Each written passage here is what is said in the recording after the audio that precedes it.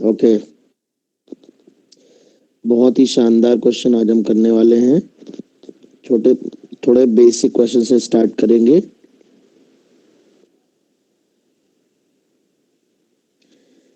M मास का block है, spring constant के है और अभी ये रिलैक्स्ड पोजीशन पे है। Block is released from rest. Spring की natural length l not given है एंड दिस पॉइंट इज 0,0। आपको बताना है find out position of block as a function of time। Y coordinate of block as a function of time।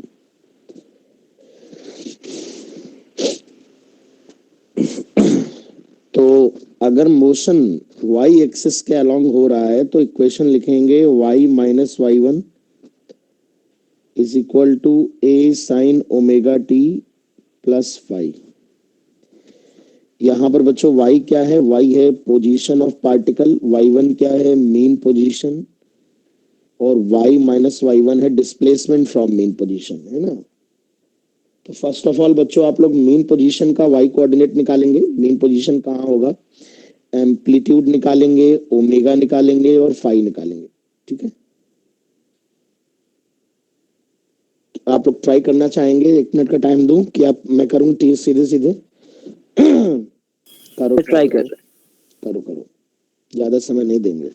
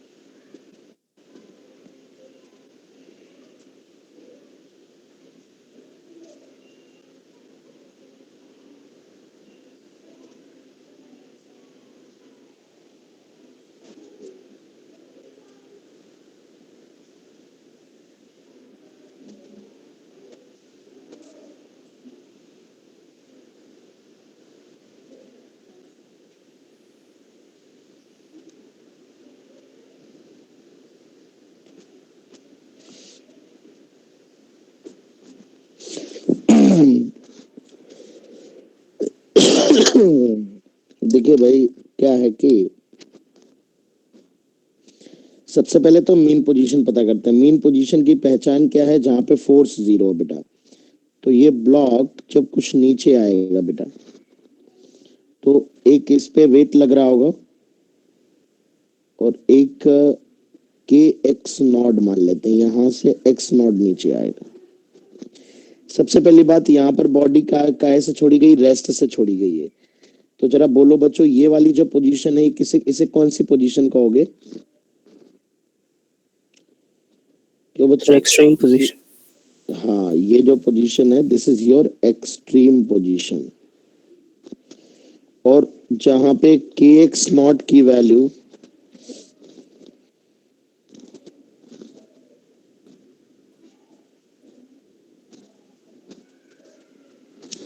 जहां पे K X naught की value M G के बराबर हो, के एक्स नॉट, तो X naught is equal to M ji by के।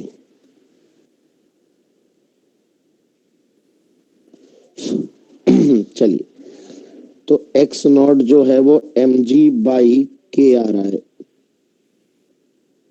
इसका मतलब ये हुआ कि जो इस बार बॉडी की मीन पोजीशन है वो तब नहीं है जब स्प्रिंग अपनी नेचुरल लेंथ पे है ना, क्योंकि मीन पोजीशन का मतलब होता है जहां पे फोर्स जीरो हो। क्या मेरी बात समझ आ रही बच्चों?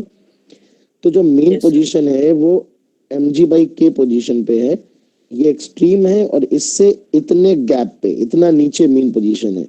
तो क्या इस मोशन का एम्पलीट्यूड बता सकते हो? Amplitude sir 2 mg m by g k by होगा। एम जी बाई के ही तो एम्पलीट्यूड होगा। एम्पलीट्यूड का मतलब क्या होता है? यस एम्पलीट्यूड होता है एक्सट्रीम पोजीशन और मीन पोजीशन के बीच का गैप ही तो होता है। मीन पोजीशन और एक्सट्रीम पोजीशन के बीच का गैप एम्पलीट्यूड होता है ना। चलिए, तो ये एम्पलीट्यूड आ गया हमारे पास। ठीक है, अगर हम कहें कि ये लोकेशन क्या होगी, तो यहाँ पर देखो वाई कोऑर्डिनेट अगर लिखोगे यहाँ पे, तो यहाँ का वाई कोऑर्डिनेट है y1, इसे मैं मीन पोजीशन कह रहा हूँ। ओरिजिन से कितना नीचे है? L naught plus M G by K, negative का है ना, माइनस नीचे है ना, तो माइनस का, ये Y coordinate of mean position हो गया। ओमेगा जानते हो कांस्टेंट फोर्स है, तो टाइम पीरियड पे फर्क नहीं पड़ता, तो ओमेगा यही होगा, time period 2 pi under root m/k होगा। अब यहाँ पर ब्लॉक की स्पीड मैक्सिमम होगी, ब्लॉक यहाँ नहीं रुकेगा और यहाँ जाएगा। ये लोअर एक्सट्रीम है।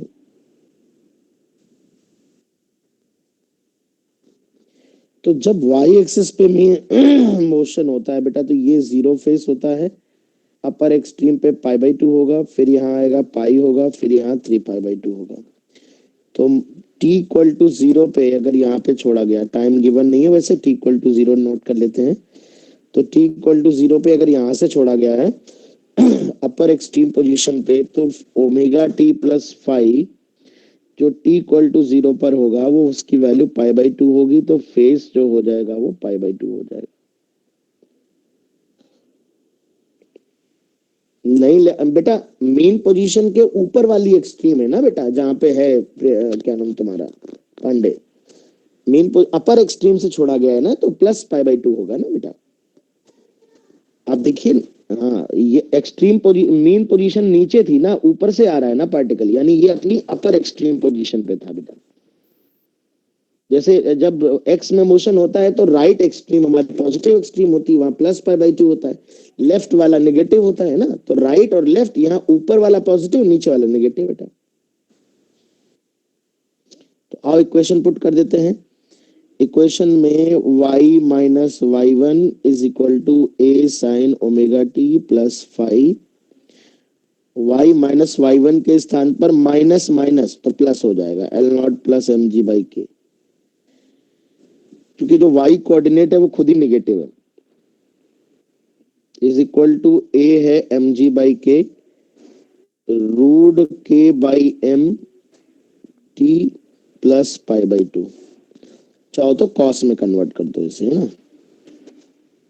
यहाँ y जो है वो as a function of time, अगर आपको चाहिए तो इसको उधर भेज दो, माइनस का L naught plus M G by के plus M G by K cos root के बाई एम इंटू टी।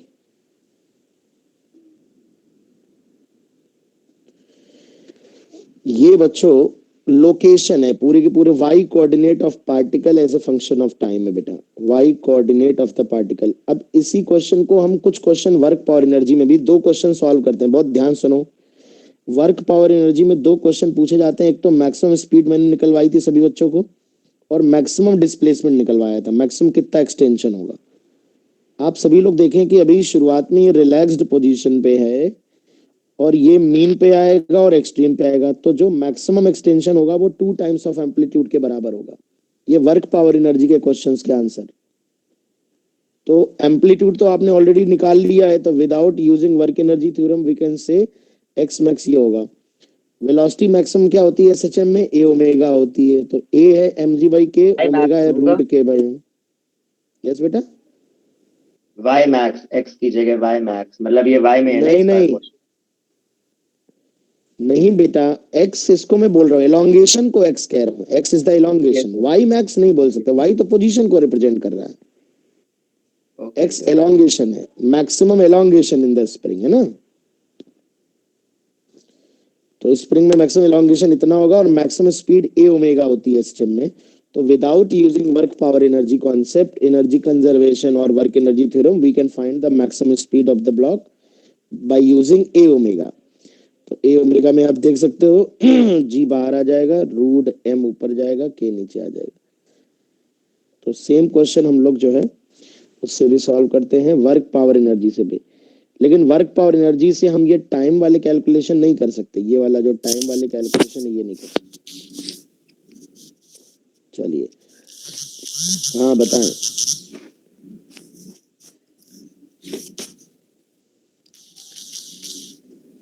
हाँ सब में होता है। अरे वही एनर्जी कंजर्वेशन ही है, उसी का अलग अलग फॉर्म है, चाहे वैसे कर लो, वर्क एनर्जी थ्योरम से कर लो, चाहे जैसे कर लो, ठीक है। चल,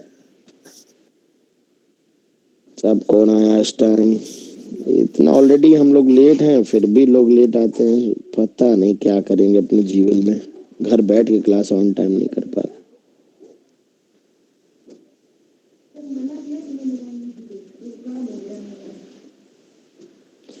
चलिए एक क्वेश्चन और करेंगे हम लोग।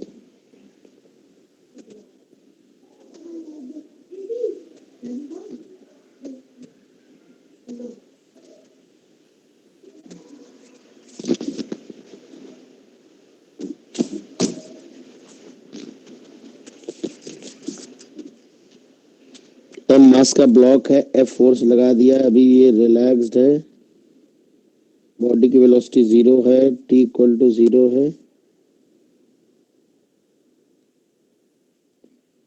इस पॉइंट के कोऑर्डिनेट 0,0 है, नेचुरल लेंथ स्प्रिंग की L नॉट है।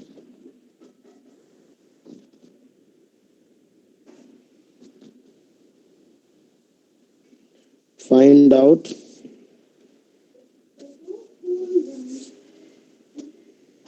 Amplitude, frequency, time period,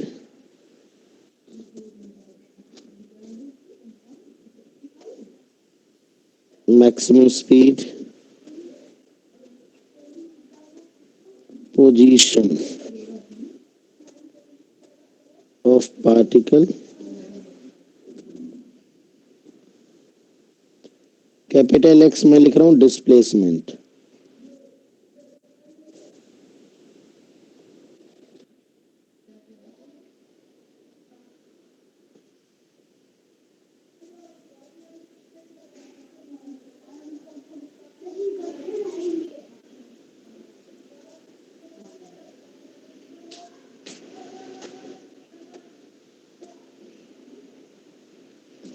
Displacement of particle from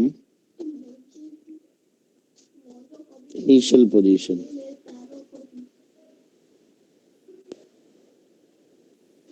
इन तीनों चीजों में अंतर है, थोड़ा थोड़ा, थोड़ा सा दिमाग लगाएंगे हम आपका।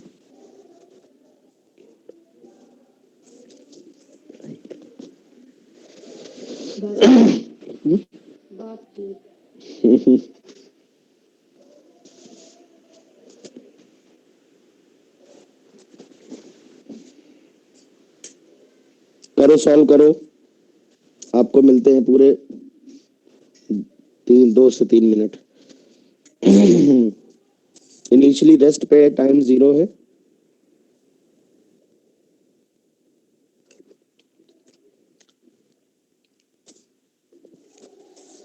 करो, जिसको मैगी खाना हो मेरे यहाँ आ जाओ।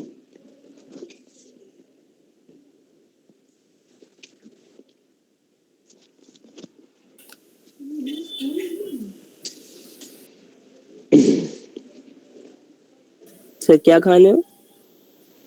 मैगी। अच्छा सर। मैं तो मैगी खा रहा हूँ। सुबह सुबह? और क्या, आज मन कर रहा था।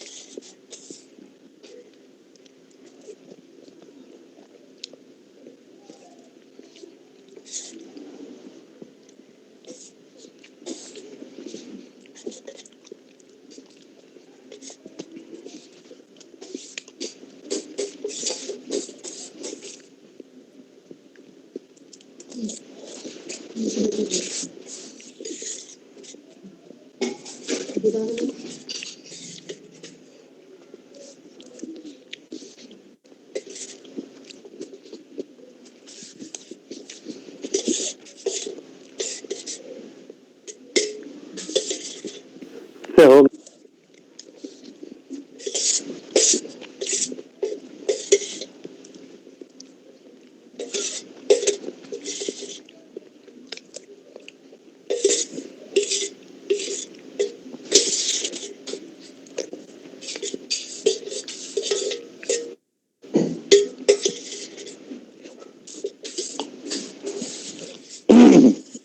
यश, यश, चलो रखो, उधर ही रख दो आगे। कर लिया बच्चों? Yes sir. चलिए भाई, आइए शुरू करते हैं। देखिए, बाद वाले तो ये तीनों सबके गलत होंगे, मुझे लगता है ये वाले। आओ देखते हैं, let's see. Initially block rest पे और नया फोटो बनाते हैं।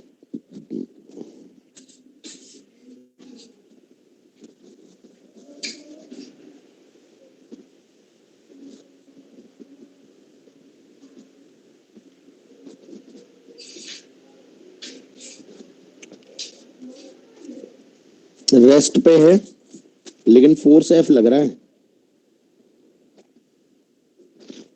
स्प्रिंग रिलैक्स्ड है। तो क्यों स्प्रिंग रिलैक्स्ड है तो क्या ये मीन पोजीशन है बच्चों? मीन, नहीं sir, extreme. Very good. Spring relax होने से थोड़ी ना होता, फोर्स जीरो होना चाहिए ना बेटा, और फोर्स तो एफ लग रहा है, यहाँ पे स्प्रिंग फोर्स नहीं लगा रहा है बट नेट फोर्स तो एफ लग रहा है ना, तो हम कह सकते हैं कि ये हमारी मीन पोजीशन नहीं है। लेकिन हाँ, वेलोसिटी जरूर जीरो है, तो ये एक्सट्रीम पोजीशन है। तो मीन पोजीशन कहाँ आएगी? तो मीन पोजीशन आएगी जब हमारे फोर्स एफ को स्प्रिंग का फोर्स बैलेंस कर लेगा। सपोज दैट यहां से एक्स नॉट डिस्टेंस पे बैलेंस कर लिया एक्सट्रीम से, ये एल नॉट था, तो एफ इज इक्वल टू के एक्स नॉट से एक्स नॉट एफ बाई के आ जाएगा। तो क्या ये एम्पलीट्यूड हो गया बच्चों एफ नॉट बाई के?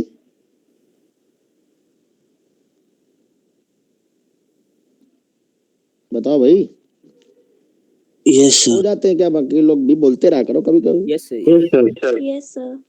कंप्लीट, हाँ very good, very good, very good. ऐसे पांच पांच लोग बोला करो, एक बार पांच लोग बोल दिया, अगले वाले में पांच लोग बोल दिया, ऐसे सबकी प्रेजेंस रखनी चाहिए। ये भी नहीं कि सभी बोले तो कोई नहीं बोले, बोले तो सबने बोल दिया। तो बच्चों ये हमारा एम्पलीट्यूड हो गया, क्योंकि मी एक्सट्रीम पोजीशन और मीन पोजीशन की गैप, अभी यहाँ रुकेगी नहीं बॉडी, मीन पोजीशन तक तो एक्सेलरेट होती है, स्पीड मैक्सिमम होगी। भाई एसएचएम कैसे होता है? सिंपल बात है, एसएचएम ही हो रहा होगा, ये कांस्टेंट फोर्स लगाया है एफ, और कांस्टेंट फोर्स टाइम पीरियड पे तो अफेक्ट करता नहीं है, तो यहां से यहां तक लाएगा, तब तक स्पीड मैक्सिमम हो जाएगी, अभी और आगे तक जाएगा। जब और आगे तक जाएगा तो फिर जाके बॉडी की वेलोसिटी जीरो होगी, तो ये जो होगा ये इतना ही और आगे जाएगा, एक्स नॉट ही और आगे जाएगा, जो कि एम्पलीट्यूड होगा ऑफ कोर्स।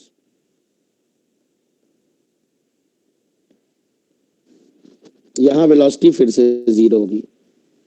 तो दूसरा सवाल, अगर वर्क पावर एनर्जी का सवाल पूछा जाता, मैक्सिमम एलोंगेशन, तो मैक्सिमम एलोंगेशन जो है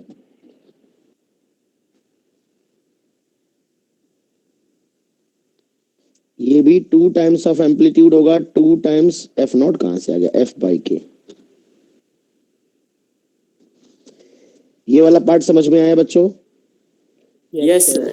क्योंकि यहां से लेके यहां तक आएगा तो मैक्सिमम एलोंगेशन 2f बाई के। Okay, constant force time period को अफेक्ट नहीं करता, तो ओमेगा की वैल्यू तो रूट के बाई एम ही होगी बच्चों, और टाइम Yes, पीरियड तो 2 pi under root M by K ही होगा, उससे कोई फर्क नहीं पड़ेगा।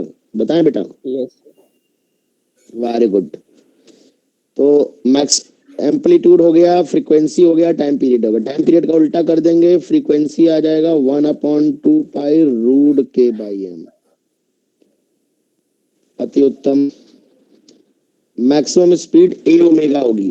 मैक्सिमम स्पीड के लिए चाहो तो वर्क एनर्जी थ्योरम लगा सकते हो इन दोनों पोजीशन के बीच में, लेकिन हम वर्क एनर्जी थ्योरम क्यों लगाएं जब हमारे पास फॉर्मूला आ चुका है? तो ए ओमेगा लगाएंगे, maximum speed A omega, amplitude है एफ बाई के, ओमेगा है रूट के बाई एम, तो F upon under root M K, ये मैक्सिमम स्पीड आ जाएगी भाई। Very good. अब बात करते हैं position of particle as a function of time. Position of particle और बॉडी,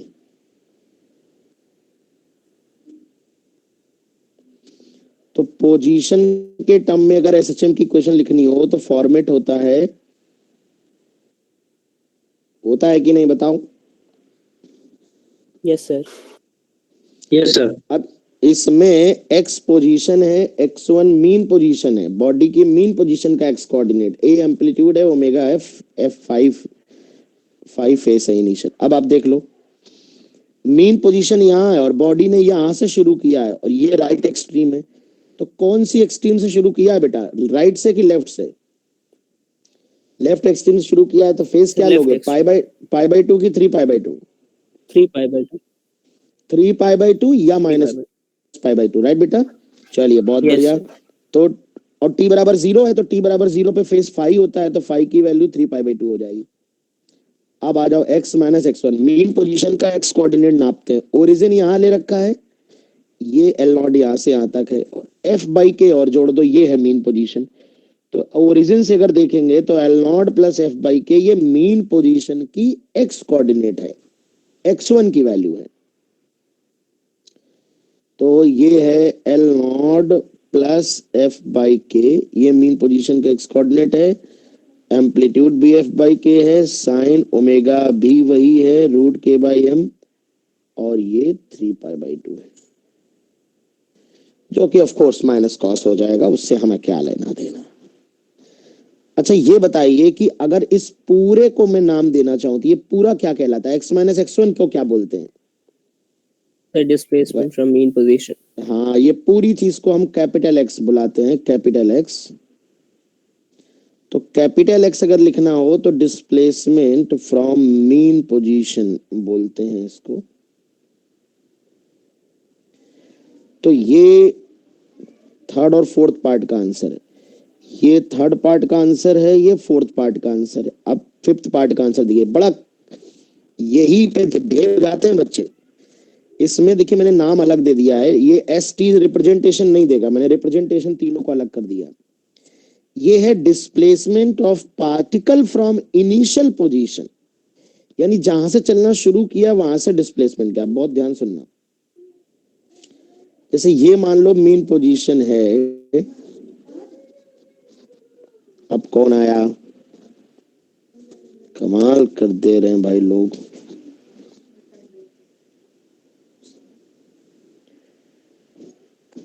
तो ये जैसे मीन पोजीशन है, तो जो कैपिटल X है वो हमारा ये डिस्टेंस को रिप्रेजेंट कर रहा है, डिस्प्लेसमेंट फ्रॉम मीन पोजीशन।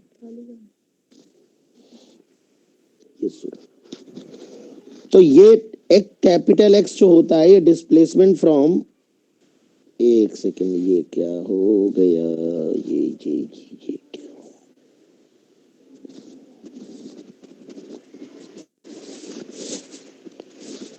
तो सुनो, मीन पोजीशन से डिस्प्लेसमेंट को कैपिटल X कहते हैं। मतलब ये जो वैल्यू है ना, ये मीन पोजीशन से डिस्प्लेसमेंट को रिप्रेजेंट कर रही है कि मीन पोजीशन से वो कितनी दूर है।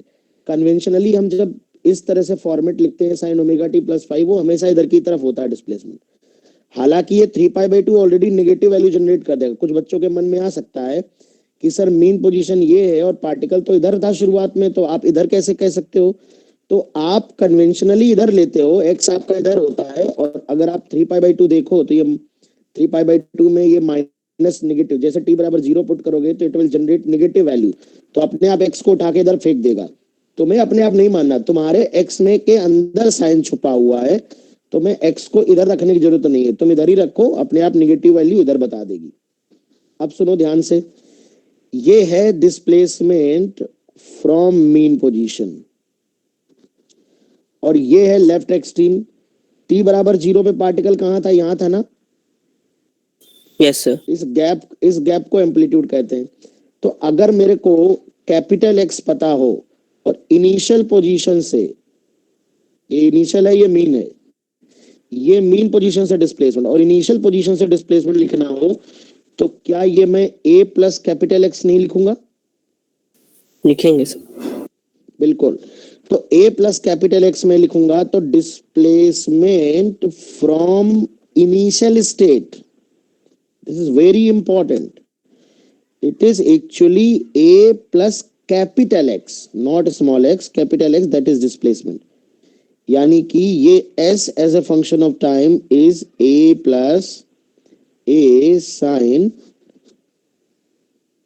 जो भी omega T plus 3 pi by 2, इसको वैल्यू चाहो तो पुट कर सकते हो, f बाई के plus f by k sine omega T plus root के by M T plus 3 pi by 2। यहाँ जो समझदार बच्चे होते हैं उनमें एक ही कंफ्यूजन होता है, उन्हें ये लगता है कि बॉडी ने शुरुआत यहाँ से करी, तो किसी टाइम टी पे मान लो यहाँ पे होगा, मीन पोजीशन से इधर होगा, और ये पूरा गैप a है, तो वो क्या करते हैं a माइनस एक्स, ये जो इनिशियल पोजीशन से गैप होता है इसे a माइनस एक्स कह देते हैं, a प्लस एक्स की जगह यहाँ पर a माइनस एक्स बोल देते हैं। तो उनकी गलती ये है कि वो x के मैग्नीट्यूड को फिर कंसीडर करें, क्योंकि जो हमने x लिखा है वो मीन पोजीशन से डिस्प्लेसमेंट लिखा है और उसमें ऑलरेडी 3π/2 जुड़ा है, वो खुद ही नेगेटिव वैल्यू जनरेट करेगा। अगर आप अपनी तरफ से एक माइनस मान लोगे तो फिर आप ये मान के चलो कि आप अननोन हो, आपको क्या पता कि पार्टिकल किधर था t इक्वल टू 0 पे, वो x खुद ही प्रोड्यूस करेगा वैल्यू। आप तो ये समझते हो जीरो फेज से शुरू होता है, ऐसे जाता है पार्टिकल, फिर ऐसे आता है, फिर तो मीन से अगर x इधर होगा तो एक्सट्रीम से इनिशियल पोजीशन क्या थी, एक्सट्रीम, तो एक्सट्रीम से नापना आएगा डिस्टेंस को, तो एम्पलीट्यूड और जोड़ दो। अगर x नेगेटिव होगा अपने आप ऐसे छोटी वैल्यू आ जाएगी, a प्लस एक्स की जो वैल्यू होगी वो a का मैग्नीट्यूड माइनस एक्स का मैग्नीट्यूड अपने आप बन जाएगा, 3π/2 अपने आप नेगेटिव वैल्यू एडजस्ट कर देगी। ओके, मैं आपको दिखा देता हूँ। तो ये f/k कॉमन आ जाएगा 1, और साइन ओमेगा टी प्लस 3π/2 होता है माइनस कॉस ओमेगा टी, है ना, तो minus Yes, sir. Cos omega T root के बाई एम। अब आप टी 0 रखोगे तो अपने आप देखो ये 0 आ जाएगा, ये 1 हो जाएगा, और ये तो टी इक्वल टू 0 पे तो एक्सट्रीम पे ही था, इनिशियल से एक्सट्रीम पे था, एक्सट्रीम से डिस्टेंस 0 तो होनी चाहिए। तो इस तरह से ये लास्ट वाला जो पॉइंट था ये बड़ा कॉन्सेप्चुअल था, इसमें बड़ी दिक्कत होती है एनालाइज करने में, क्योंकि आदत में नहीं होता ना, तो इसलिए मैंने जानबूझ के तीनों अलग अलग टर्म लिखे थे कि तीनों का मीनिंग आपको क्लियरली समझ आए। ठीक है भाई, बताओ Yes, कोई sir. दिक्कत? Yes, sir. Very good.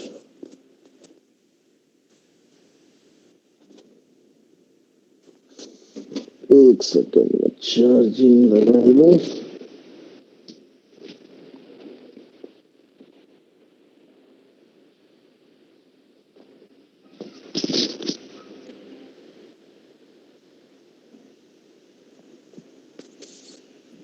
तो चलो अब हम लोग अगले क्वेश्चन की तरफ चलते हैं।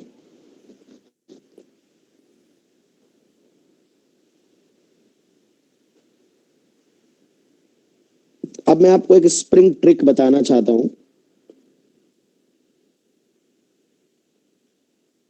कुछ ऐसे क्वेश्चंस करने के लिए जिनमें कई सारी पुली, कई सारे स्प्रिंग होते हैं और हमें टाइम पीरियड कैलकुलेट करना होता है, तो उसके लिए मैं आपको एक स्प्रिंग ट्रिक बताता हूं। सबसे पहले मैं आपको याद दिलाना चाहूंगा कि जब सीरीज कॉम्बिनेशन में स्प्रिंग होते हैं तो फॉर्मूला तो हालांकि मैं बता चुका हूं, लेकिन फिर भी याद दिला देता हूं। तो ये फॉर्मूला तो याद ही होगा, और टाइम पीरियड लिखना हो तो 2π√m/k इक्विवेलेंट लिखेंगे। ठीक है, गुड। Yes, sir. अब कुछ क्वेश्चंस ऐसे होते हैं, ध्यान से सुनो, सरल सवाल से शुरू करते हैं। और सबसे पहले मैं थोड़े से सरल सवाल से को कॉन्सेप्चुअली भी आपको एक्सप्लेन कर देता हूं। जैसे मान लीजिए एग्जांपल के तौर पे कि ये एक स्प्रिंग है और ये इस तरह से पुली यहां से अटैच्ड है,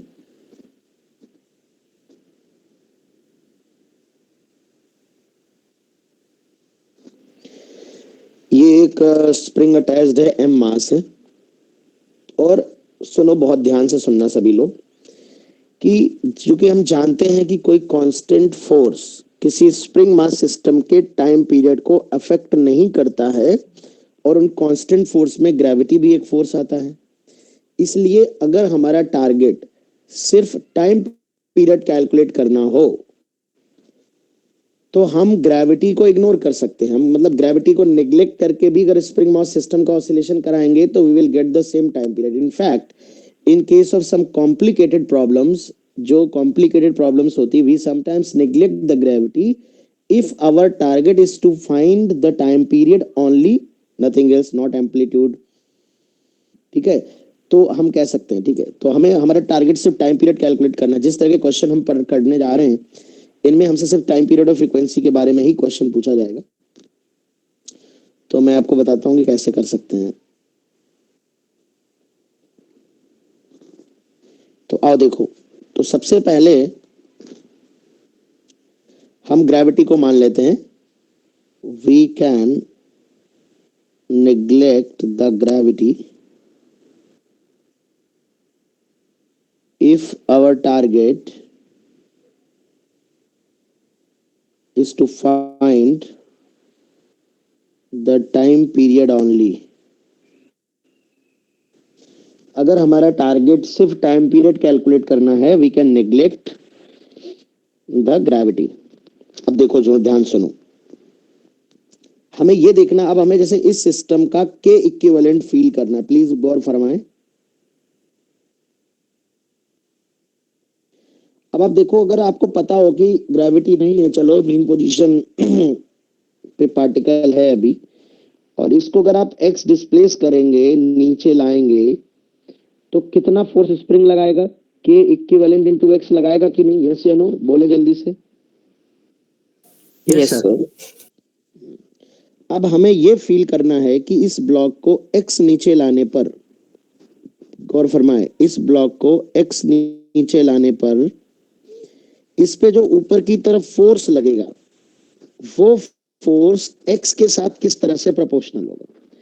जो भी एक्स नीचे लाने पर रीस्टोरिंग फोर्स लगेगा, वो एक्स के साथ जिस तरह से प्रोपोर्शनल होगा, उसमें जो प्रोपोर्शनलिटी कांस्टेंट आएगा, वही हमारा के इक्विवेलेंट कहलाएगा। आइए देखते हैं, लेट्स सी। जब इसको हमने एक्स नीचे लाए बेटा, तो ये पुली भी एक्स नीचे आएगी। गौर फरमाएं, इस लेंथ में एक्स का इंक्रीमेंट होगा, इस लेंथ में भी एक्स का इंक्रीमेंट होगा, ये वाली लंबाई भी एक्स बढ़ जाएगी, क्योंकि ये पुली ही एक्टर को बहुत ध्यान से देखना, जहां पे मैं पॉइंटर ले जाऊं, एक्सप्लेनेशन पूरा समझ आ जाएगा। इस ब्लॉक को जब हमने एक्स नीचे किया, ब्लॉक पुली के सेंटर से कनेक्टेड है, तो पुली बेटा एक्स नीचे आएगी, और ये वाली लेंथ भी एक्स बढ़ जाएगी, ये वाली लेंथ भी एक्स बढ़ जाएगी। अब ये तो धागा है, इनएक्सटेंसिबल थ्रेड है, ये तो बढ़ नहीं सकती, यानी इस वाले पोर्शन में टोटल लेंथ का इंक्रीमेंट एक्स और एक्स 2x का हुआ है, और ये 2x का पूरा इंक्रीमेंट किसमें हुआ होगा? स्प्रिंग में। तो एलोंगेशन इन द स्प्रिंग कितना हो गया? 2x हो गया। क्या ये 2x वाली बात समझ आ गई बच्चों? क्योंकि ये पूरी ब्रांच में इस वाले पोर्शन में 2x का इंक्रीमेंट होना आवश्यक है। पुली अगर नीचे x नीचे आएगी, तो ये वाली लेंथ भी x बढ़ेगी, x बढ़ेगी, पर धागा तो बढ़ नहीं सकता, तो ये पूरा 2x खिंच करके ये मैनेज हो जाएगा पूरा दोनों तरफ।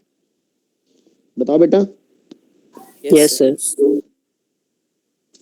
तो अगर स्प्रिंग में एलोंगेशन 2x का है, तो स्प्रिंग का जो, अगर मैं इसे टेंशन फोर्स कह दूं, तो ये T होगा, ये 2T होगा, तो जो T की वैल्यू होगी वो K इंटू 2x के बराबर होगी, क्योंकि स्प्रिंग में 2x एलोंगेशन होगा। लेकिन बॉडी पर लगने वाला फोर्स, बॉडी पर लगने वाला फोर्स 2T के बराबर होगा, जो रीस्टोरिंग फोर्स भी आप कह सकते हो। तो जो रीस्टोरिंग फोर्स होगा वो 4 टाइम्स kx के बराबर होगा, और वो फोर्स चूंकि ऊपर की तरफ भी लगेगा, तो आप माइनस साइन भी गिफ्ट कर सकते हो, अगर आप डायरेक्शन इनके हिसाब से लिखो। तो आप देख पा रहे हो कि जब आप एक्स बॉडी को जब आप एक्स नीचे खींचते हो, तो उस पर लगने वाला जो 2T है, वो -4kx के बराबर है। यानी यू विल फील, आपको ऐसा लगेगा कि बॉडी एक स्प्रिंग से अटैच्ड है, जिस स्प्रिंग का स्प्रिंग कांस्टेंट कितना है? 4k। यानी this whole system will behave like a spring whose spring constant is 4k। क्या ये स्टेटमेंट समझ आ रहा है बेटा? ये सिस्टम एक स्प्रिंग के जैसा बिहेव कर रहा है, जिसका स्प्रिंग कांस्टेंट 4k माना जा सकता है। तो यहाँ पे आप टाइम पीरियड लिखना चाहो तो लिखोगे 2 pi under root m upon 4k, क्योंकि time period equivalent force constant हमारा 4k आ गया। बताओ भाई। Yes, sir. Yes. है ना? इसी तरह से क्वेश्चन, अब इसको हम ट्रिक से कैसे करते हैं? ये तो एक ही स्प्रिंग का है। देखिए, एग्जाम में जब क्वेश्चन आएगा तो बल्कि नहीं आएगा, इसी तरह का कुछ आएगा। तो इस तरह का सवाल है तो उसे आप बेसिक से भी कर सकते हो, लेकिन अब 3-4 पुली लगा देगा, 3-4 स्प्रिंग लगा देगा, उस तरह का सवाल आता, हालांकि आता नहीं है एग्जाम में, बट फिर भी अगर उस तरह का आएगा तो बहुत लंबा पड़ता है, इसलिए हमें ट्रिक मजबूरी में बतानी पड़ती है, आपको उस लेंदी प्रोसेस को थोड़ा सा छोटा करना पड़ता है। चलिए भाई, तो मैं आपको इसमें ट्रिक बता देता हूँ। ट्रिक में क्या होता है कि जितने भी स्प्रिंग्स लगे हों, ध्यान दीजिएगा, जितने भी मासलेस पुली हो, स्प्रिंग लगे हों, सबसे पहले हर एक स्प्रिंग का एक कन्वर्जन फैक्टर होता है, कन्वर्जन फैक्टर या मल्टीप्लाइंग फैक्टर।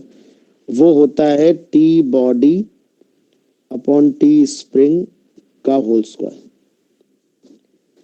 मतलब हर एक स्प्रिंग को, जितने भी स्प्रिंग हैं उनको उसके कन्वर्जन फैक्टर से मल्टीप्लाई करके नया स्प्रिंग बनाकर सीरीज में कनेक्ट कर दो। सबसे पहले हर स्प्रिंग को कन्वर्जन फैक्टर से मल्टीप्लाई करो। जैसे इसमें देखो ध्यान से, इस स्प्रिंग में जो टेंशन है वो टी है, ये टी और बॉडी में टेंशन है 2t। तो कन्वर्जन फैक्टर हो जाएगा, बॉडी में टेंशन 2t है, स्प्रिंग में t है, होल स्क्वायर 4 हो जाएगा कन्वर्जन। तो k को इस t body upon t spring से मल्टीप्लाई करके लिखा जाता है, तो ये 4k हो जाएगा बेटा। और चूंकि एक ही स्प्रिंग है, 2 होते 3 होते तो सीरीज में लगाना होता। अभी मैं पूरा लिख दूंगा, तो टाइम पीरियड हो जाएगा 2, फटाक से k किलो निकल आता है इसमें और m/4k हो जाता है।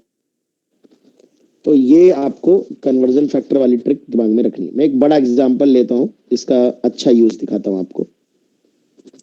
तो ये कन्वर्जन फैक्टर याद रखना है आपको, ये कन्वर्जन फैक्टर याद रखना है। स्प्रिंग को उसके कन्वर्जन फैक्टर से मल्टीप्लाई करके नया स्प्रिंग बनाएंगे और फिर के इक्विवेलेंट निकाल कर 2π√m/k लगाएंगे। ध्यान रखिएगा, अगर मल्टीपल स्प्रिंग होंगे, मल्टीपल पुलीज है मासलेस, तो सभी स्प्रिंग को उनके उनके कन्वर्जन फैक्टर से मल्टीप्लाई करेंगे, देन सीरीज में कनेक्ट कर लेंगे। ठीक है, एक क्वेश्चन देखो हम लोग देखते हैं।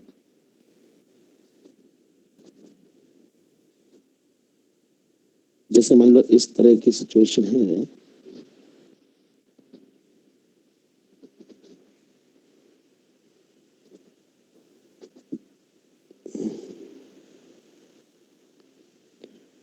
चलो यही बॉडी कनेक्ट कर देते हैं।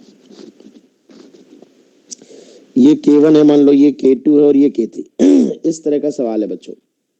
तो सबसे पहले कितने स्प्रिंग हैं, तो आप देख लो, ये 1 है, ये 2 है, ये 3 है। तो 3 स्प्रिंग को सीरीज कॉम्बिनेशन में कनेक्टेड मान लो। K1 इंटू उसके कन्वर्जन फैक्टर से मल्टीप्लाई कर दो, K3 इंटू उसके कन्वर्जन फैक्टर से मल्टीप्लाई कर दो, और मल्टीप्लाई करते हैं। इसका टेंशन T होगा, इसका टेंशन T होगा बेटा, इसमें टेंशन T है तो इसमें भी टेंशन T होगा। देख रहे हो, ये T हो जाएगा पूरा।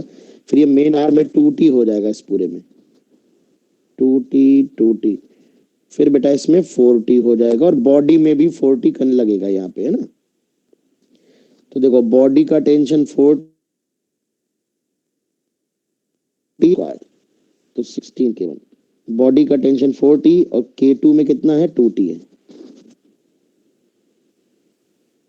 4K2। बॉडी का टेंशन 4T, K3 में भी 4T है, K3।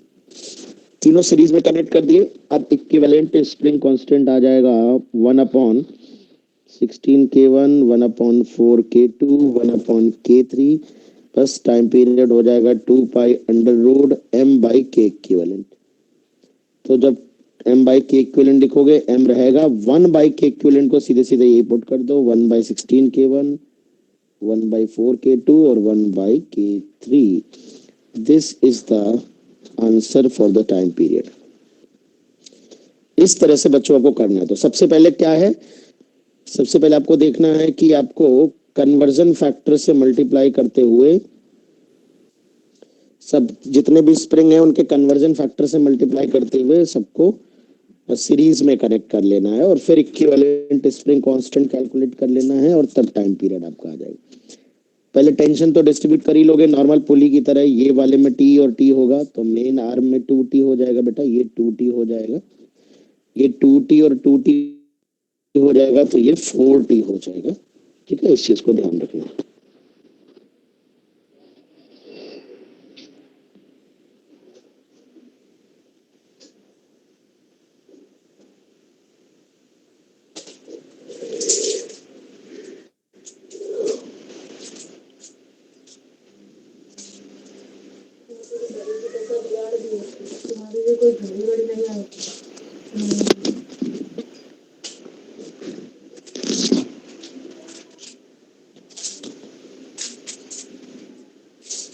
बताएं।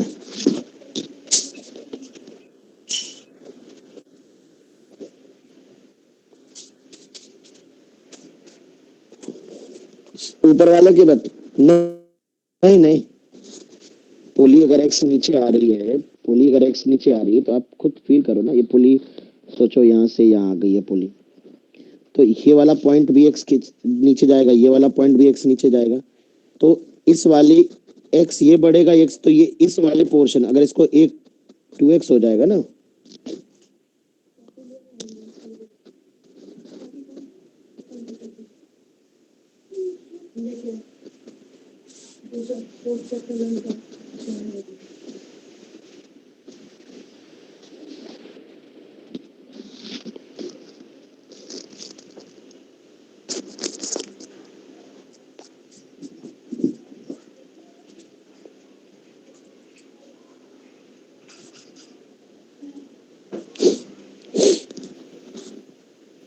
लिख लिया बेटा सभी ने, ये कॉन्सेप्ट नोट कर लिया? Yes sir. लिखते चला करो मेरे साथ साथ, कि बाद में लिखोगे, बाद में कहाँ लिख पाओगे।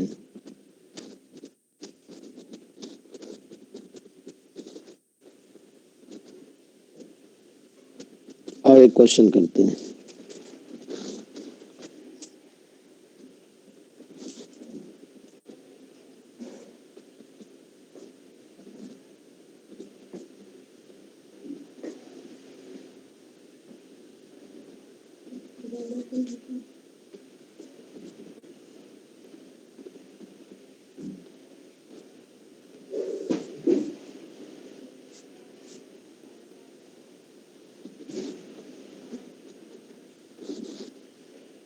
चलिए, find out time period. Find out time period.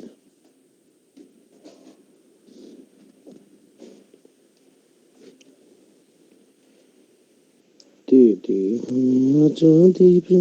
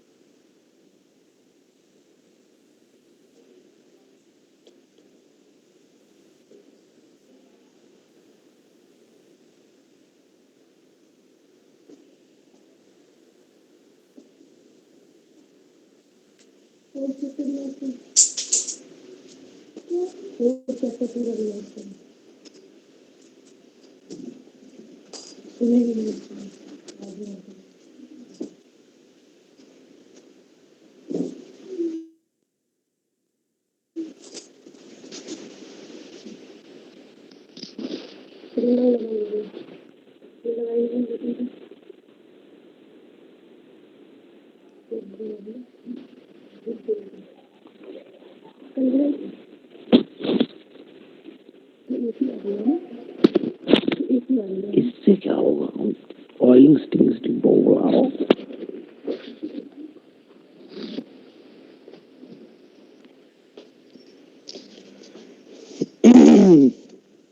बताएं भाई बताएं, टेंशन डिस्ट्रीब्यूट करें। देखिए यहाँ पे टी अगर मानेंगे तो इसमें टी होगा, फिर इसमें 2t होगा, इसमें 2t होगा, इसमें 4t होगा। 3 स्प्रिंग है, तीनों को सीरीज में कनेक्ट कर लो ऐसे। K3 के कन्वर्जन फैक्टर से मल्टीप्लाई कर लो K2 में और K1 में। बताएं भाई, K3 का कन्वर्जन फैक्टर कितना आएगा?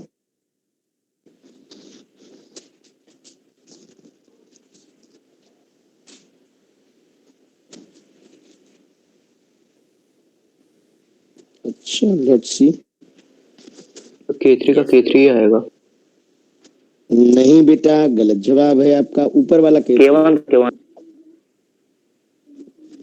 K3 का आएगा टेंशन ऑन बॉडी, बॉडी ऊपर रहेगा, स्प्रिंग नीचे रहेगा, का होल स्क्वायर। K3/16, ये है बॉडी T, स्प्रिंग 2T का होल स्क्वायर, ये K2/4 T/T का होल स्क्वायर K1। तो 1/k equivalent equal to 1/k3, 16 ऊपर चला जाएगा, 4/k2, 1/k3, उल्टा लिखा है ये k1। तो time period 2 π√m/k equivalent, 1/k equivalent को लिख देंगे 16/k3, 4/k2। देखो भाई मैच कर रहा है कि नहीं, देखो। Yes sir. Yes sir. Yes sir. Yes sir. Very good, very good. Yes sir. अच्छा लग रहा है, इतने सारे लोग ऐसे बोलते हैं। जिनको लिखना है लिख लो, 10 सेकंड का टाइम मिल रहा है, 20 सेकंड का। चलो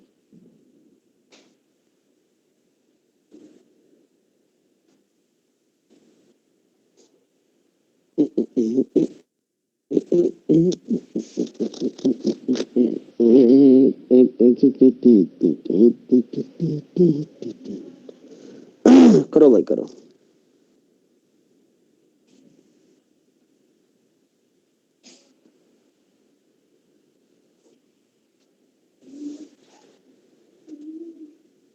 और सर्दी वर्दी पड़ रही तुम लोग के यहाँ कि नहीं, कि हमारे यहाँ केवल कड़ाकेदार सर्दी पड़ रही?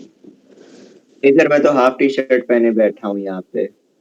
अच्छा। तो सर्दी नहीं है, फैन चलाना पड़ रहा है, एसी चलानी पड़ रही। सही है श्रेयांश यार, तुम्हारे घर आ जाना चाहिए फिर तो। सर इसके घर में बर्फ गिरती है, ऐसे ही कह रहा है। हाँ पता है मुझे, ऐसे ही कह रहा है, मिलेगा तो पटक के मारेंगे इसको। चलो भाई लिख लिया सभी ने, नेक्स्ट क्वेश्चन की तरफ बढ़ते हैं। तो इस पे बहुत ज्यादा क्वेश्चन नहीं आने वाले, तो ऐसे क्वेश्चन की तरफ लोग अट्रैक्ट होते हैं कि अरे वाह ट्रिक मिल गई, ये मिल गया। पर यकीन मानिए ऐसे क्वेश्चन जेई में बहुत कम आते हैं, जिनमें कॉन्सेप्ट ज्यादा लगे और वो क्वेश्चन ज्यादा पूछे जाते हैं। बट फिर भी हम लोगों ने किया, क्योंकि अगर आएगा तो हम कर लेंगे, ठीक है। अब मैं एक बड़ा ही प्यारा सा क्वेश्चन आप लोगों को कराने जा रहा हूँ, बहुत ही कॉन्सेप्चुअल क्वेश्चन है।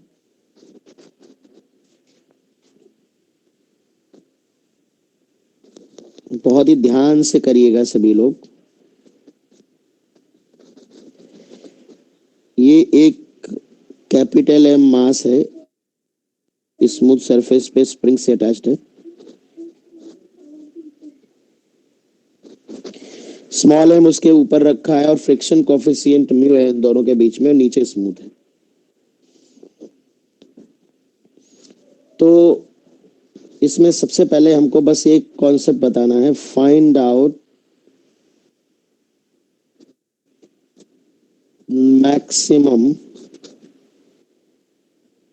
amplitude of SHM for which small m does not slip.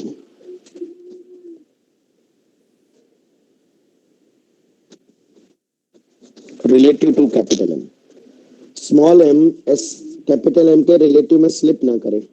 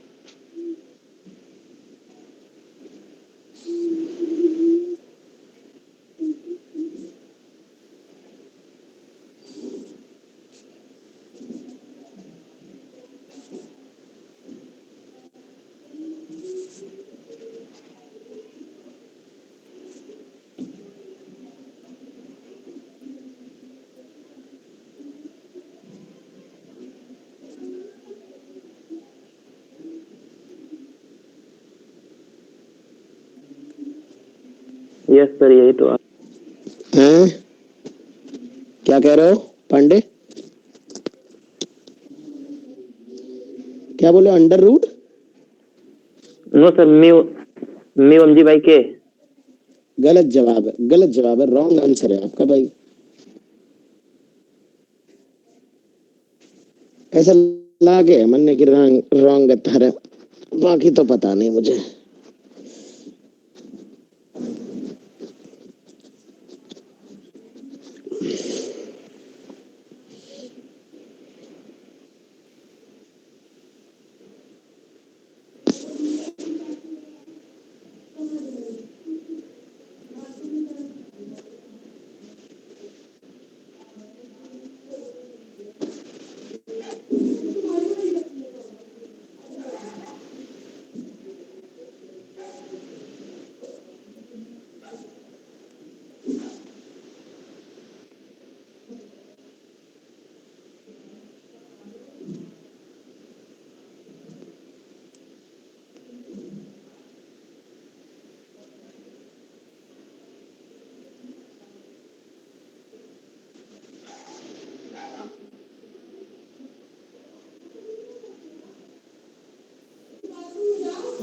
Sir, mu small M plus capital M G upon ये सही लग रहा है कार्तिकेय ने भाई, देखो बात लग रही है मुझे सही, बता।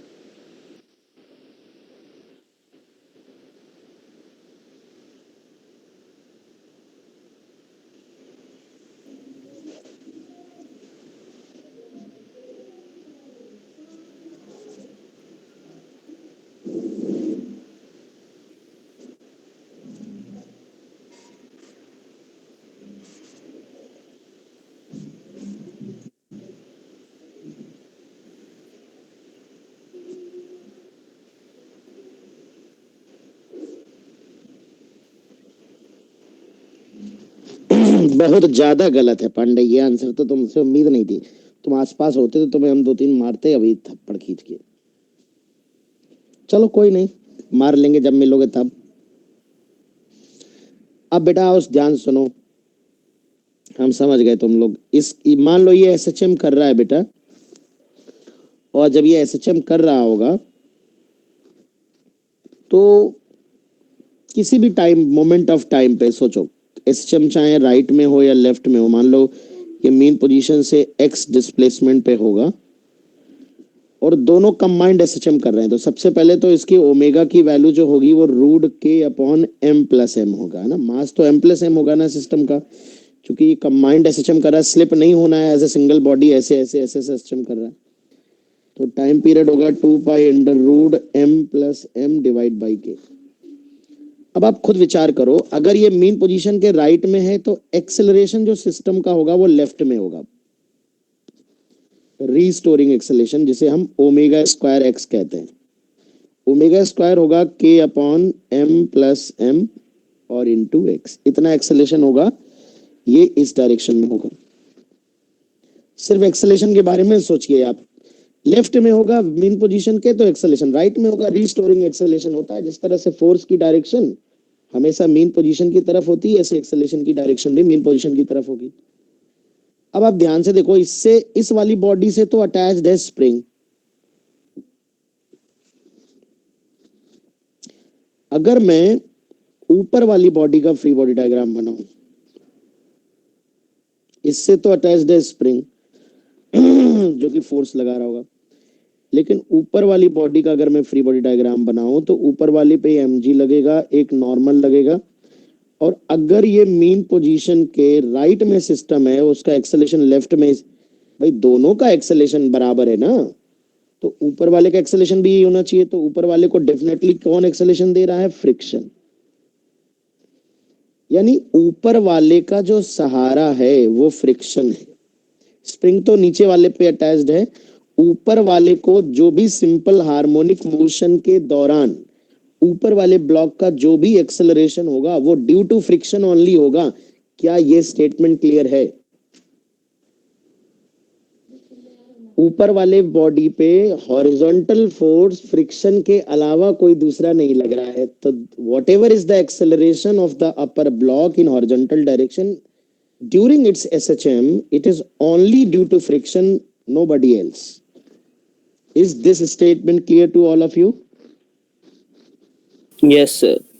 चलिए, तो अब हम ये देखते हैं, बहुत ध्यान समझिए कि अगर एक्सेलरेशन ए देना हो, प्लीज ध्यान दी, अगर एक्सेलरेशन ए देना हो तो जो रिक्वायर्ड फ्रिक्शन चाहिए होगा, भाई एम, स्मॉल एम मास की बॉडी को एक्सेलरेशन ए देना होगा तो फ्रिक्शन की जो जरूरत पड़ेगी, आवश्यकता पड़ेगी स्टैटिक, वो स्मॉल एम इंटू ए के बराबर पड़ेगी। और ये रिक्वायरमेंट चेंज होती जाएगी।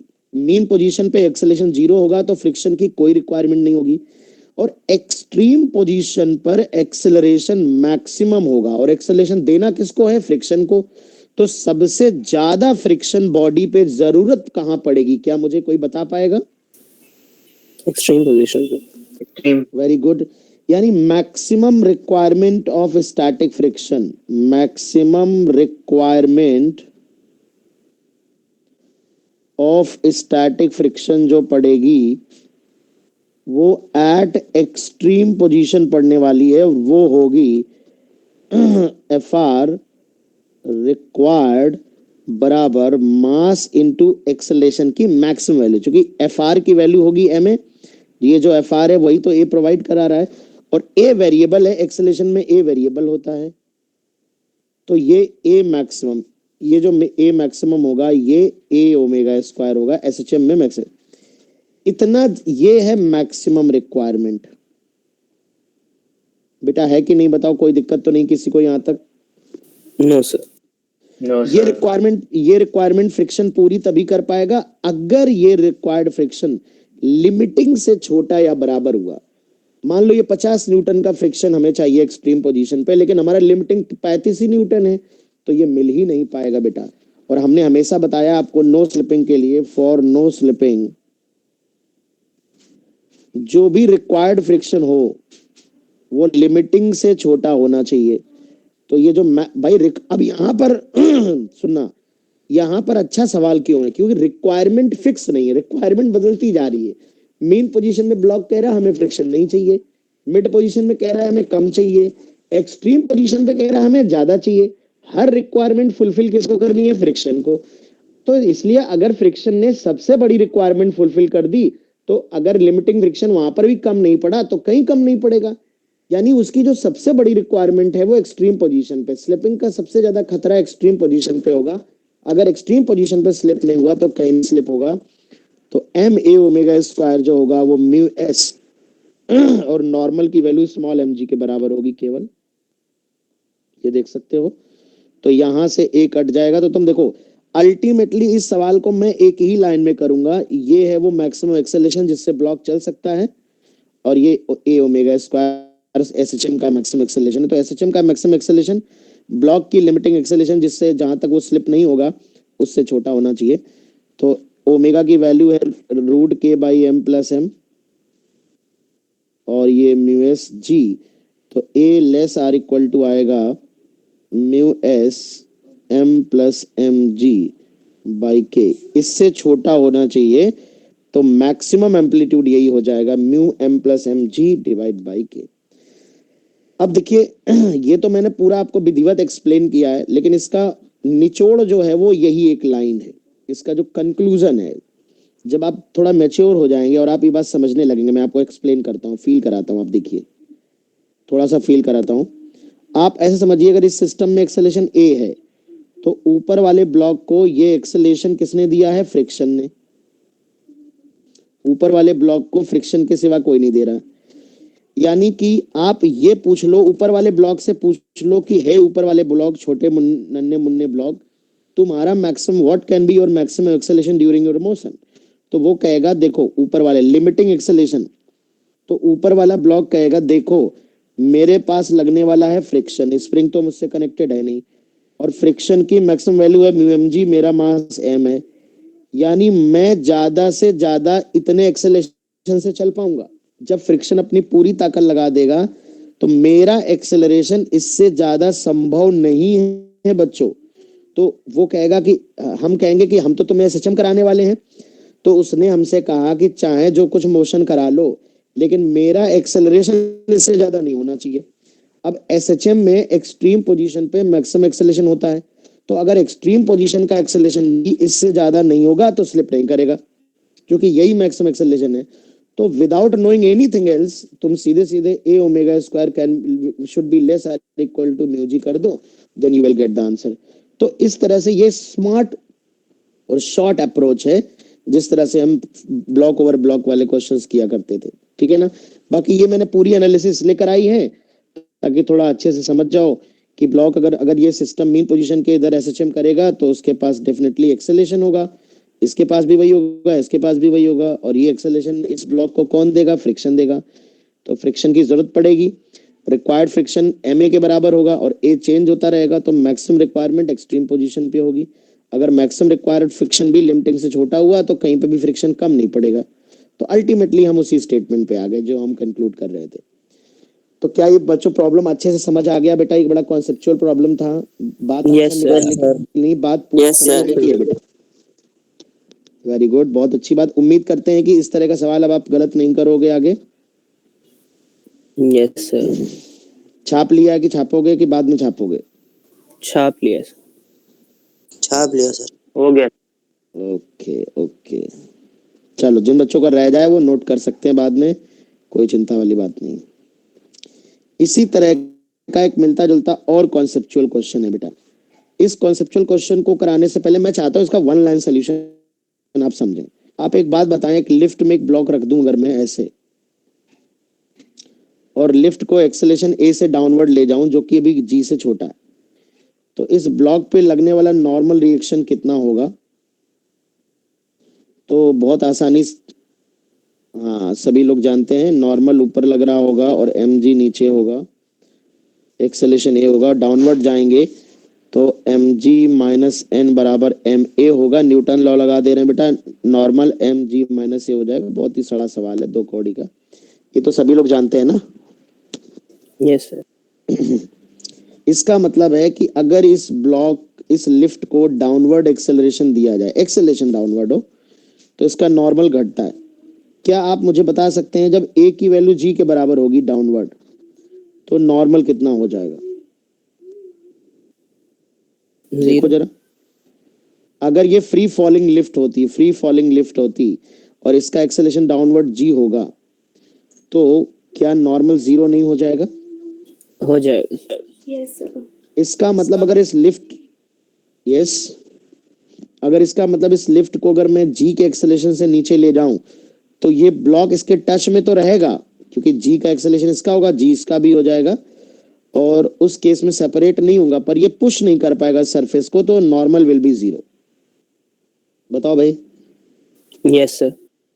अब मुझे बताओ what will happen if A is greater than G downward? तो क्या होगा अगर मैं इस लिफ्ट को तेजी से नीचे कर लूं, तो कुछ ऐसी सिचुएशन आएगी, लिफ्ट बॉडी थोड़ी, क्योंकि बॉडी गिरेगी जी से, ये लिफ्ट जा रही है ए से, ये गिर रही होगी जी से, और गैप होता जाएगा दोनों में, ए अगर जी से बड़ा है तो। आप ऐसे समझिए, आप अपने हाथ में एक बॉडी रखिए, अब हाथ को तेजी से नीचे खींच लीजिए जी से ज्यादा एक्सेलरेशन से, पेन रख करके हाथ को तेजी से नीचे खींचिए, तो आप देखोगे हाथ हट जाएगा पेन से। अरे हट जाएगा कि नहीं, करके देख ले। Yes sir. Yes, sir. ठीक है, जैसे मेरे हाथ में ये देखो चाबी है, तो मैं इस हाथ को नीचे कर रहा हूँ तेजी से, तो पेन चाबी ऊपर रह गई, भाई मैं पकड़ के तो खींचने, अरे हो गया कि नहीं बेटा, समझ आ गई बात? Yes sir. यानी वो लिमिटिंग स्टेट, वो अगर मैं तुमसे पूछूं, अगर मैं इसमें एक सवाल तुमसे पूछूं कि एक बॉडी है, उस बॉडी के ऊपर एक बॉडी रखी है, तो नीचे वाली बॉडी को मैक्सिमम कितने एक्सेलेरेशन से सिस्टम को नीचे चलाया जा सकता है कि ऊपर वाली ना हो? कितना ए मैक्सिमम एक्सेलेरेशन लिख सकते हैं कि ये छूट ना जाए इससे? जी। तो एक के आंसर से नहीं मानूंगा मैं बिल्कुल। सर जी। जी होगा ना, बड़े ऑब्वियस सी बात है कि जी तो होगा।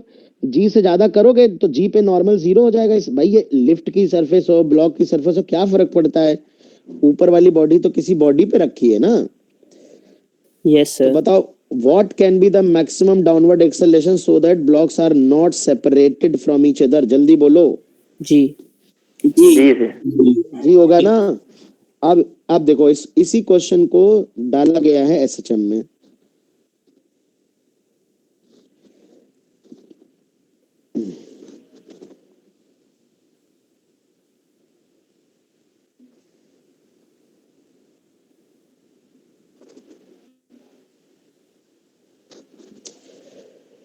ये है ये एसएचएम कर रहा है, सिस्टम एसएचएम कर रहा है। तो सबसे पहले टाइम पीरियड बताना है, ओमेगा बताना है, फ्रीक्वेंसी बताना है, और सबसे इंपॉर्टेंट क्वेश्चन है कि find out maximum amplitude for which small M is not separated from capital। Separate ना हो तो मैक्सिमम एम्पलीट्यूड क्या हो सकता है ना। तो पहले तीन क्वेश्चन तो फॉर्मेलिटी के लिए, मेन क्वेश्चन ये वाला है। चलो करो आंसर, बताओ।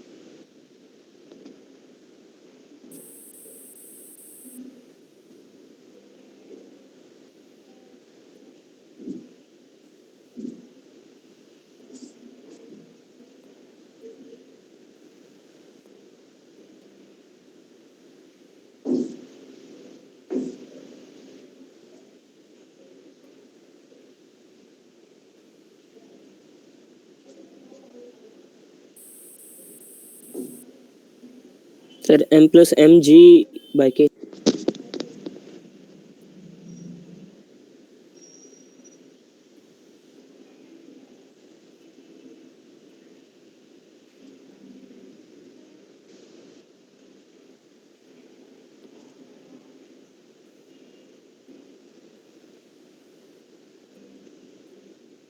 यस सर, यही है, M+mg/k।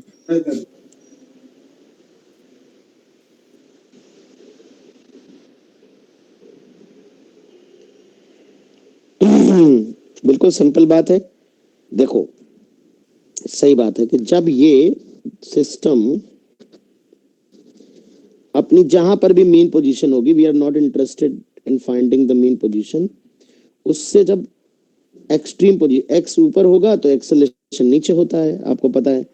तो आपको पता है कि भाई सेपरेट तब हो जाएगा जब ये नॉर्मल जीरो हो जाएगा। अब ये वाली चीज हमें ऊपर वाले कॉन्सेप्ट हम देख चुके हैं, तो एक लाइन में हम कह सकते हैं कि एसएचएम के दौरान जो मैक्सिमम एक्सेलेरेशन होता है वो ए ओमेगा स्क्वायर होता है, वो जी से छोटा होना चाहिए, जी से बड़ा नहीं होना चाहिए, नहीं तो सेपरेट हो जाएंगे। ठीक है, तो ये ए हो गया, ओमेगा है रूट के बाई एम प्लस एम का होल स्क्वायर, तो के अपॉन एम प्लस एम, चूंकि पूरा मास ही एसएचएम कर रहा है, ये जी से छोटा होना चाहिए, तो a less or equal to m plus M G by k. तो मैक्सिमम एम्पलीट्यूड जो आ रहा है छोटा या इससे बराबर, तो एक लाइन में सॉल्व हो जाएगा M plus M G by K. बताओ भाई, कोई दिक्कत किसी को? No sir. No sir. ठीक है, वेरी गुड। अब आप लोग एक क्वेश्चन और करें।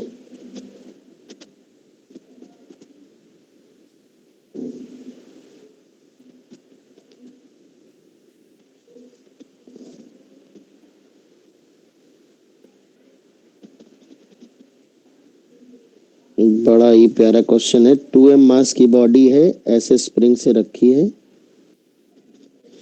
और ये रेस्ट पे, अब देखना ध्यान से सुनना, और रेस्ट भी है और इक्विलिब्रियम पे है। स्प्रिंग को ऊपर रखी है तो ऑफ कोर्स इक्विलिब्रियम पे होगी।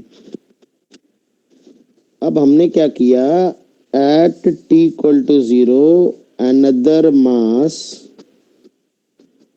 small as m is put over capital M, put over 2m. Find out time period or angular frequency of new system.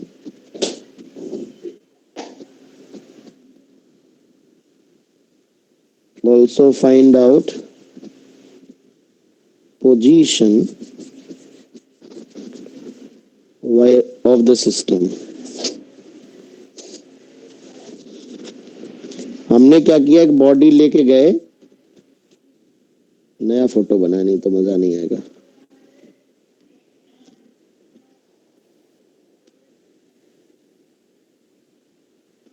और ये m जाके उस पे t इक्वल टू 0 पे, अभी रेस्ट पे था, धीरे से रख दिया हमने। जैसे m एक्स्ट्रा रखोगे ये नीचे चल पड़ेगा, मोशन शुरू हो जाएगा, चूंकि भारी हो जाएगा वेट। तो कह रहे हैं जो नया सिस्टम है उसका टाइम पीरियड ओमेगा फ्रीक्वेंसी क्या है और y कोऑर्डिनेट क्या है। मैं ओरिजिन डिफाइन कर देता हूं, ये 0,0 है और नेचुरल लेंथ दे दे रहा हूं मैं L0 है, स्प्रिंग की नेचुरल लेंथ।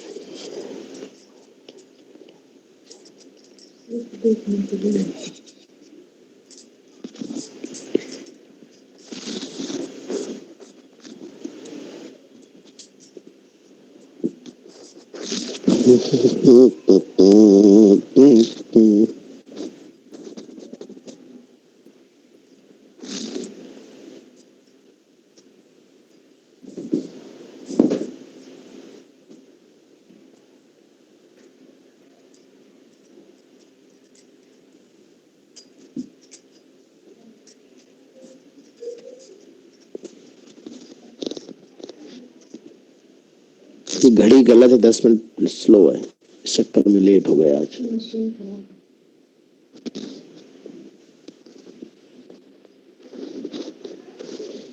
बताओ बच्चों,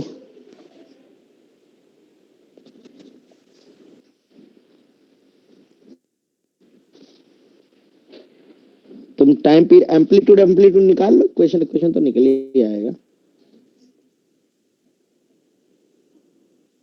amplitude, time period, omega, frequency.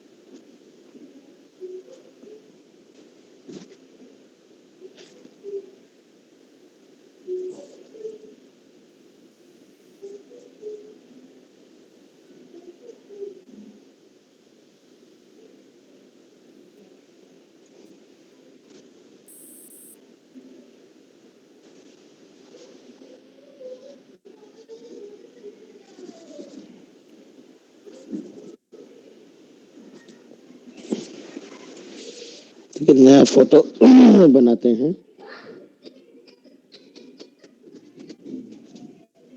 ए क्लास चल रही है, आउट। और बेटा देखो, यहाँ पे हम लोग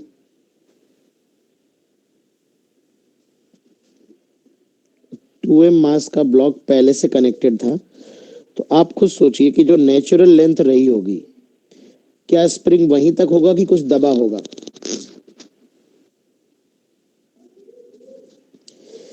तो इनिशियली जो दबा, वेरी गुड, इनिशियली जो दबा होगा स्प्रिंग, वो मान लेते हैं x1 दबा हुआ है, और क्योंकि इक्विलिब्रियम में था ब्लॉक पहले 2m मास वाला, तो जो दबा होगा, जो कंप्रेशन होगा, वो 2mg/k के बराबर होगा शुरुआत में, है जी। चलिए, तो अब हमने क्या किया बच्चों, इस ब्लॉक पे हमने एक ऊपर से ब्लॉक रख दिया। Yes sir. तो जैसे ही हमने ब्लॉक रखा, तो चूंकि जो स्प्रिंग का फोर्स था वो तो 2mg के को बैलेंस किए हुए था, लेकिन अब वेट हो गया 3mg। तो भले ही यहाँ पर रेस्ट है, लेकिन क्या अब जो नया सिस्टम बना है, पुराने सिस्टम को गोली मारी है, पुराने सिस्टम की तो ये इक्विलिब्रियम पोजीशन थी, लेकिन क्या नए पोजीशन में भी ये सिस्टम यहाँ इक्विलिब्रियम में रुकेगा? नहीं रुकेगा ना, क्योंकि जो इसका वेट होगा वो तो 3mg नहीं, नीचे की तरफ लगने लगेगा, वो जो वेट होगा वो 3mg लगने लगेगा, और यहाँ पे ये kx तो 2mg के ही बराबर था, यानी कि इस सिस्टम का, ये नए सिस्टम का इक्विलिब्रियम पॉइंट नहीं होगा बेटा। यस या नो एग्री करें भाई सभी लोग? Yes sir. तो वेलोसिटी लेकिन जीरो है, तो नए वाले सिस्टम का एक्सट्रीम पॉइंट जरूर होगा, जो 3m मास सिस्टम करेगा उसका एक्सट्रीम पॉइंट जरूर होगा। तो पहले तो 3m मास का जो एसएचएम होगा उसका ओमेगा होगा रूट के बाई 3m, ठीक है। टाइम पीरियड होगा 2 pi under root 3m by K, frequency 1 by time period. ठीक है, अब बात करते हैं एम्पलीट्यूड निकालने का। तो अब आप ये देखिए, इस पोजीशन से मान लेते हैं कि कुछ यहां पर मीन पोजीशन आ रही है। ये कौन सी पोजीशन हो जाएगी बेटा? एक्सट्रीम पोजीशन हो जाएगी, और इसे मान लेते हैं एम्पलीट्यूड। यही तो एम्पलीट्यूड होगा बच्चों, बोलो। यस करना सर। पड़ेगा। अच्छा question, yes sir. Yes sir. Most important यहाँ। तो नई वाली मीन पोजीशन जो होगी, मीन पोजीशन उसे कहते हैं जहां फोर्स बैलेंस होगा। Yes sir. अब आप देखो ध्यान से, शुरुआत में x1 तो पहले से कंप्रेस था। अभी अगर हम मैक्स कंप्रेशन पता कर लें कि इस वक्त ये जो न्यू मीन पोजीशन आई है, जो न्यू सिस्टम की मीन पोजीशन आई है, वहां कितना कंप्रेशन होगा, बहुत ध्यान समझना। तो मैं इसे पूरा x2 कंप्रेशन कह देता हूं। तो x2 कंप्रेशन जो होगा वो न्यू मीन पोजीशन के x2 जहां 3mg को बैलेंस करेगा। तो जो x2 होगा वो 3mg बाई के होगा। इतना कंप्रेशन जहां होगा वो नई वाली मीन पोजीशन होगी, ये वाली लोकेशन। देखो x1 तो पहले से कंप्रेस था, ये जो पोजीशन थी यहाँ पे x1 तो पहले से कंप्रेस था 2mg बाई के, और मीन पोजीशन पे कंप्रेस है 3mg बाई के। तो कोई मुझे बता सकता है एम्पलीट्यूड कितना होगा? 2mg बाई के होगा कि 3mg बाई के होगा, कि इन दोनों को घटा के जो आएगा वो होगा? सर घटा के mg बाई के आएगा। वेरी गुड, mg बाई के आएगा। मतलब x2 माइनस x1। भाई मीन पोजीशन और एक्सट्रीम पोजीशन के बीच का गैप आएगा ना, तो ये x1 है और ये पूरा x2 है, तो x2 माइनस x1 ही तो एम्पलीट्यूड हुआ ना बेटा। बताएं बताएं। Yes sir. जी कोई दिक्कत तो नहीं किसी को? तो अब सुनो, एक ऑब्जर्वेशन बता देता हूं। जब भी किसी बॉडी में पहले से कोई वेट या फोर्स या कोई चीज रखी होती है और तुम एक्स्ट्रा फोर्स उस पर Yes, अप्लाई sir. करते हो, तो उस एक्स्ट्रा मास के कारण जो मीन, क्योंकि वो जो इक्विलिब्रियम पोजीशन होती है वो एक्सट्रीम बन जाती है, और जो मीन पोजीशन में शिफ्टिंग आती है वही दरअसल एम्पलीट्यूड हो जाता है। तो आप देख रहे हो जितना ये एक्स्ट्रा नीचे आएगा मीन पोजीशन के लिए, हालांकि यहाँ रुकेगा नहीं, यहाँ स्पीड मैक्सिमम होगी और नीचे जाएगा अभी ये, क्योंकि अब ये एसएचएम कर रहा है, एक्सट्रीम से मीन आया, मीन से एक्सट्रीम जाएगा, फिर ऐसे जाएगा, फिर इस तरह से एसएचएम करने लगेगा। बट हमारा काम एम्पलीट्यूड का तो यहीं से हो गया। तो एम्पलीट्यूड, टाइम पीरियड, फ्रीक्वेंसी आ गया। अब आप देखो, ये मीन पोजीशन के ऊपर वाली एक्सट्रीम थी, तो अगर ये t बराबर 0 है तो फेज कितना होगा? पाई बाई 2 होगा। तो अब बात करते हैं ओरिजिन, हमने इस पॉइंट को कहा है, और नेचुरल लेंथ यहां से लेके यहां वाली है। तो अगर मुझे मीन पोजीशन का y कोऑर्डिनेट लिखना हो, y coordinate of mean position, तो L not minus 3mg by के मीन पोजीशन होगा, क्योंकि L नॉट तो पूरा ये है यहां से लेके यहां तक, और ये x2 पूरा घटेगा तब तो मीन, ये वाला y कोऑर्डिनेट यहां से यहां तक, यही तो y coordinate of mean position है। यहां जब आएगा तब मीन पोजीशन होगा, उसमें से x2 घटाना पड़ेगा। x2 क्या है? 3mg by k. तो ये मीन पोजीशन का y कोऑर्डिनेट, मीन पोजीशन का y कोऑर्डिनेट। ठीक है, वेरी गुड। और फेस पाई बाई 2 है, तो y minus y1 a sine omega T plus five. Equation writing is most difficult part, क्योंकि उसके लिए सब कुछ चाहिए होता है। L not minus 3mg by के लिख लेते हैं, और एम्पलीट्यूड है only mg by K, omega है रूट के बाई 3m टी, और फेस है pi by 2, T equal to 0 पे छोड़ा था। दिस इज द, अगर इस पूरे को लपेट लें तो ये कैपिटल वाई है। पूरे को लपेट लें तो कैपिटल वाई है, डिस्प्लेसमेंट फ्रॉम मीन पोजीशन। इस पूरे को लपेट लें तो कैपिटल वाई। पता है बेटा, एक क्वेश्चन बहुत ही कॉन्सेप्ट, पता है इस क्वेश्चन में सबसे इंपॉर्टेंट पार्ट क्या है? Amplitude calculation and face calculation. बताओ भाई, क्लियर है सभी बच्चों को? Yes sir. Yes sir. Yes. Very good, very good. चलिए ठीक है, तो आज इतना ही पढ़ेंगे, क्योंकि अभी मैंने नहाया धोया नहीं है, सुबह से बस नाश्ता किया, केवल भूख भी लगी। हाँ बेटा।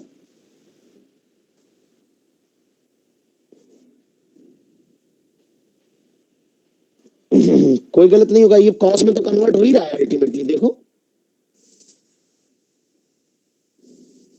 लेकिन फिर चीजें बदल जाएंगी। कॉस में लिखोगे तो omega T plus five equal to 0 पे वो फिर एक्सट्रीम होगा। तो जो सेट भाई दोनों है तो बराबर ही फंक्शन। साइन की फायदा ये है कि मीन से शुरू हो रही है। अब मान लो तुमने ए बराबर, हाँ रेफरेंसेस चेंज, हाँ रेफरेंस, अगर ओमेगा टी प्लस फाइव 0 लिखोगे तो यहाँ हो जाएगा, फिर 0 यहाँ से शुरू करना पड़ेगा, है ना। इसलिए एक चीज पकड़ के चल रहे हैं हम लोग, गड़बड़ नहीं होगा कभी, है ना। चलिए, ऑल राइट, सेंड कर देंगे। चल चलो।